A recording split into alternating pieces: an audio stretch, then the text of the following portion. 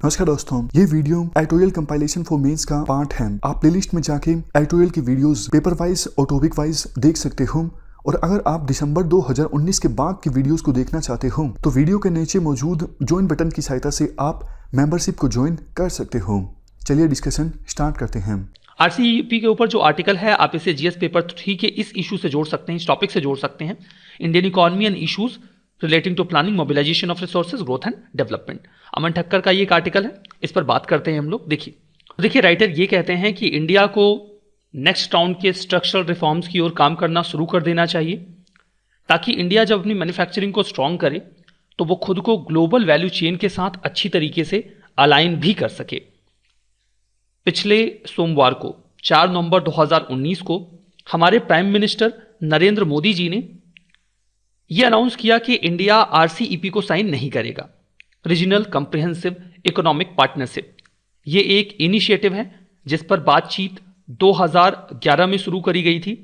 In fact आप इसे एक प्रपोज्ड फ्री ट्रेड एग्रीमेंट भी कह सकते हैं।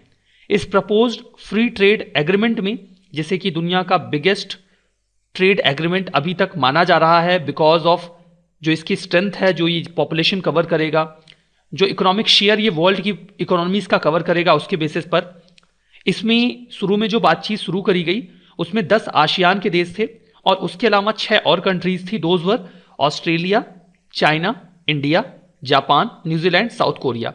हालांकि अभी इंडिया ने ये डिक्लेयर कर दिया है that India will not sign RCEP, तो अब इंडिया को इसमें से आप माइनस कर दीजिए। मतलब अभी ये जो प्रपोज्ड एग्रीमेंट है ये 15 देशों का है, ठीक है, 10 आसियान की कंट्रीज और 5 अदर कंट्रीज, जिसमें आप जो 16 थे उसमें से इंडिया को माइनस कर दीजिए। इंडिया ने काफी लास्ट स्टेज पर खुद को इस एग्रीमेंट से विड्रॉ किया और इंडिया ने यह बोला कि इस एग्रीमेंट को साइन करना उनके नेशनल इंटरेस्ट में नहीं है, राष्ट्रीय हित में नहीं है। वैसे भी देखिए इंटरनेशनल पॉलिटिक्स में एक बात बहुत पॉपुलरली कही जाती है that there is no permanent friends और foes in international relations, what is permanent is national interest. अंतरराष्ट्रीय राजनीति में कोई अस्थायी मित्र अथवा शत्रु नहीं होता, स्थायी क्या होता है? राष्ट्रीय हित।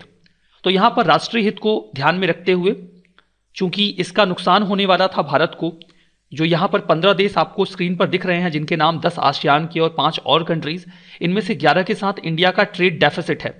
फिर चाइना का जो मैन्युफैक्चरिंग मार्केट है वो काफी स्ट्रांग है। अगर इस फ्री ट्रेड के तहत इंडिया का मार्केट ओपन होता है तो चाइना अपना पूरा माल इंडिया में डंप करेगा। At the same time India चाहता था कि कुछ लेबर वीजाज दिए जाए ताकि इंडिया का जो लेबर फोर्स है वो दूसरे देशों में जाकर काम कर सके। उस पर भी बेहतर तरीके से कंसेंसस नहीं बन पाया। इंडिया का मैन्युफैक्चरिंग सेक्टर अभी भी उतना स्ट्रांग नहीं, इंडिया का सर्विस सेक्टर बहुत ज़्यादा स्ट्रांग है। तो इंडिया चाहता था कि सर्विस सेक्टर में इंडिया को थोड़ी बहुत रियायत मिले, जिस पर भी कंसेंसस नहीं बन पाया। इन्हीं सब कारणों से इंडिया ने फैसला किया कि वो आरसीईपी को साइन नहीं करेंगे, ठीक है। तो ये तो पूरा इशू रहा जो हमने यहां पे जाना। अब देखिए लॉन्ग स्टैंडिंग गोल जो इंडिया का हमेशा से रहा है, चाहे जो भी पार्टी इंडिया में रूल करने के लिए आई हो, उनका सबसे अच्छा गोल ये रहा है कि इंडिया को एक सस्टेन्ड इकोनॉमिक ग्रोथ देनी है। सस्टेन्ड इकोनॉमिक ग्रोथ से हमारा मतलब एक ऐसी ग्रोथ से है जो लंबे समय तक बनी रहे, चलती रहे। ये नहीं कि ग्रोथ आई और फिर चली गई। अब इसके लिए 2 कारण जिम्मेदार रहे। हमेशा से इसी बात का प्रयास किया गया कि इंडिया के पास एक सस्टेन्ड इकोनॉमिक ग्रोथ हो ताकि इंडिया के भीतर मिलियंस ऑफ जॉब क्रिएट हो, लोगों का फ्यूचर स्टेबल हो और जो यंग पॉपुलेशन है उसके पास एम्प्लॉयमेंट हो। एक्सटर्नली इंडिया चाहता है कि इंडिया मल्टीपोलर 21st सेंचुरी में एक स्ट्रांग पोल बने, सेंटर ऑफ पावर बने। देखिए जब 1991 में यूएसएसआर कोलैप्स कर जाता है तो उसके बाद 1991 के पहले की आप बात करें तो दुनिया बाइपोलर हुआ करती थी। बाइपोलर का मतलब यह है कि 2 सेंटर ऑफ पावर होते थे, 2 महत्वपूर्ण शक्तियां दुनिया में हुआ करती थी, एक था यूएसए और दूसरा था यूएसएसआर। 1991 में यूएसएसआर का डिसइंटीग्रेशन हो गया, यूएसएसआर 15 टुकड़ों में टूट गया और उसकी लेगेसी रशिया ने ले ली। तो आपको एक नोशन देखने को मिलता है कि 1991 के बाद दुनिया यूनिपोलर हो गई। मतलब अब दुनिया में केवल एक ही सेंटर ऑफ पावर हुआ करता था, दैट वाज यूएसए। बट ये बात पूरी तरीके से सच नहीं है। पूरी तरीके से सच इसलिए नहीं है क्योंकि इसके पहले 1991 के पहले दुनिया बाइपोलर थी, दोनों फ्रंट पर, इकोनॉमिक फ्रंट पर भी, पॉलिटिकल फ्रंट पर भी। दुनिया में 2 ही आर्थिक महाशक्तियां थी, 2 ही राजनीतिक महाशक्तियां थी।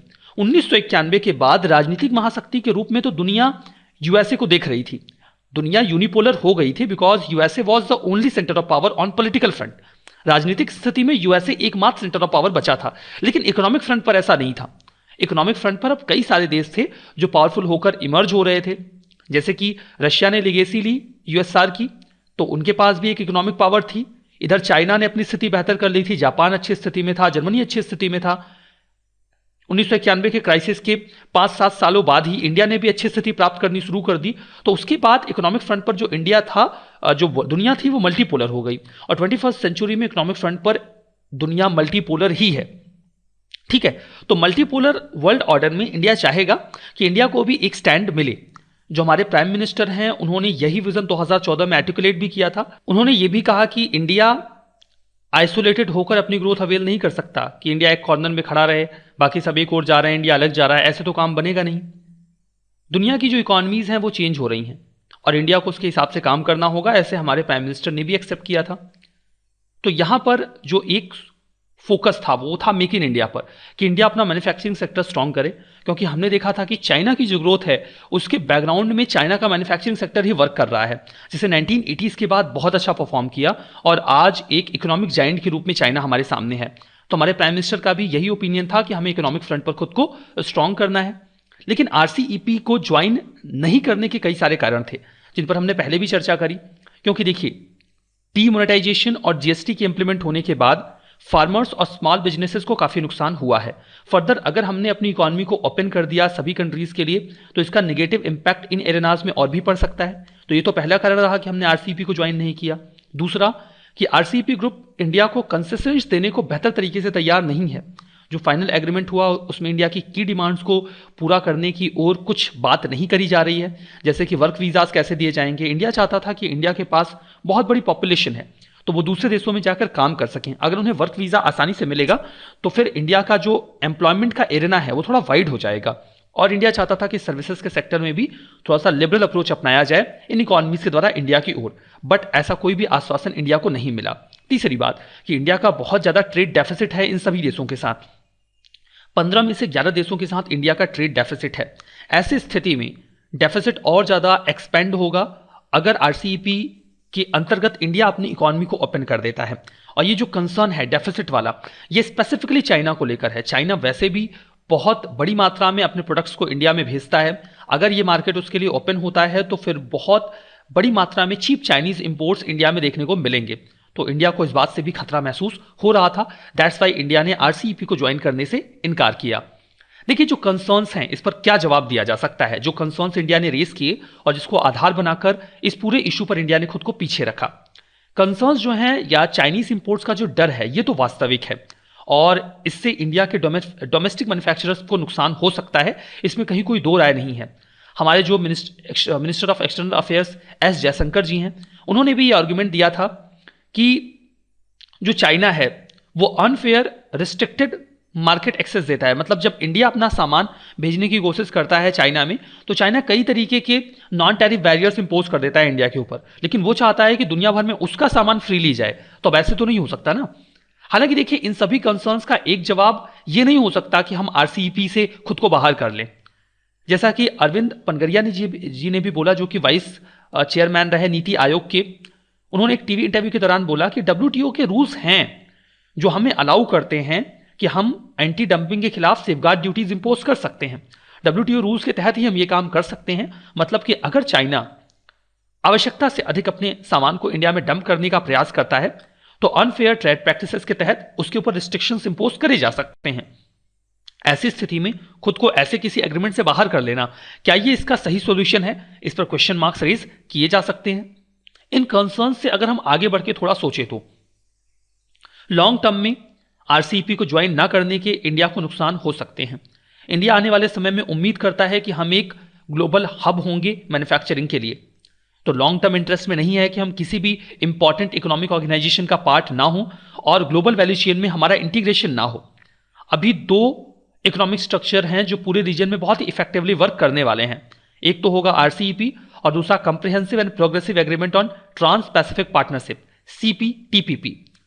यूएसए के पहले ये टीपीपी हुआ करता था, यूएसए ने खुद को विड्रॉ किया इससे, तो उसके बाद ये सीपीटीपीपी बन गया। ठीक है, तो यहां पर ये दोनों ही इस पूरे रीजन को ग्लोबल वैल्यू चेन में इंटीग्रेट करने वाले हैं, पूरे एशिया को, और इंडिया इन दोनों में से किसी का भी पार्ट नहीं है। तो आने वाले समय में इंडिया को नुकसान होने की पूरी संभावना है जब इंडिया का मैन्युफैक्चरिंग सेक्टर स्ट्रांग होगा और इंडिया नए मार्केट्स की तलाश करेगा। तो ठीक है, लॉस होने की क्या संभावना है? देखिए, इंडिया ने आरसीईपी को छोड़ा तो नुकसान भारत का भी होगा।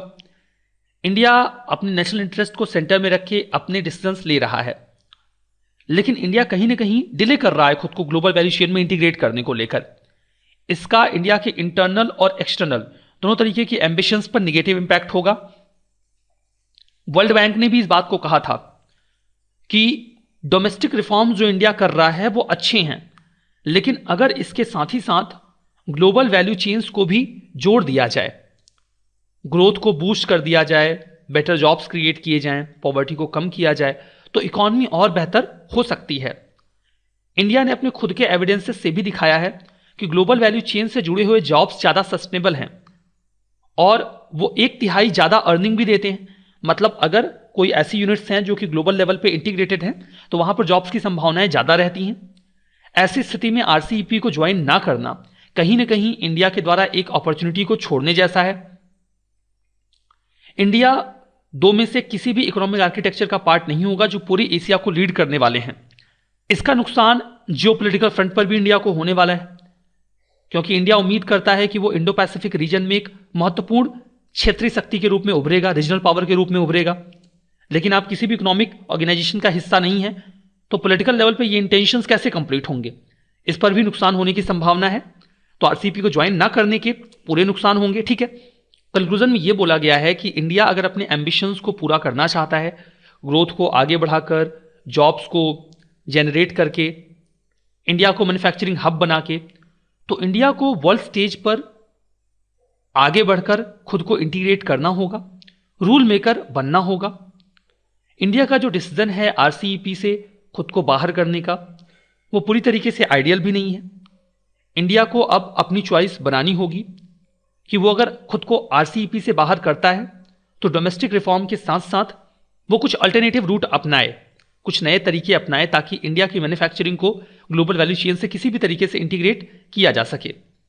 और हमें जो हमारे प्राइम मिनिस्टर का एम्बिशन है उसे रिवाइज करना चाहिए कि हम एक आइसोलेटेड होकर एक कॉर्नर में बैठकर इंडिया को डेवलप नहीं कर सकते और इंडिया को ये पाथ अपनाना चाहिए। तो ये आर्टिकल हमने यहां पर कंक्लूड किया। तो यहां पर एक क्वेश्चन मेंस का देखिए, the RCEP agreement which is dubbed as the world's biggest trade agreement.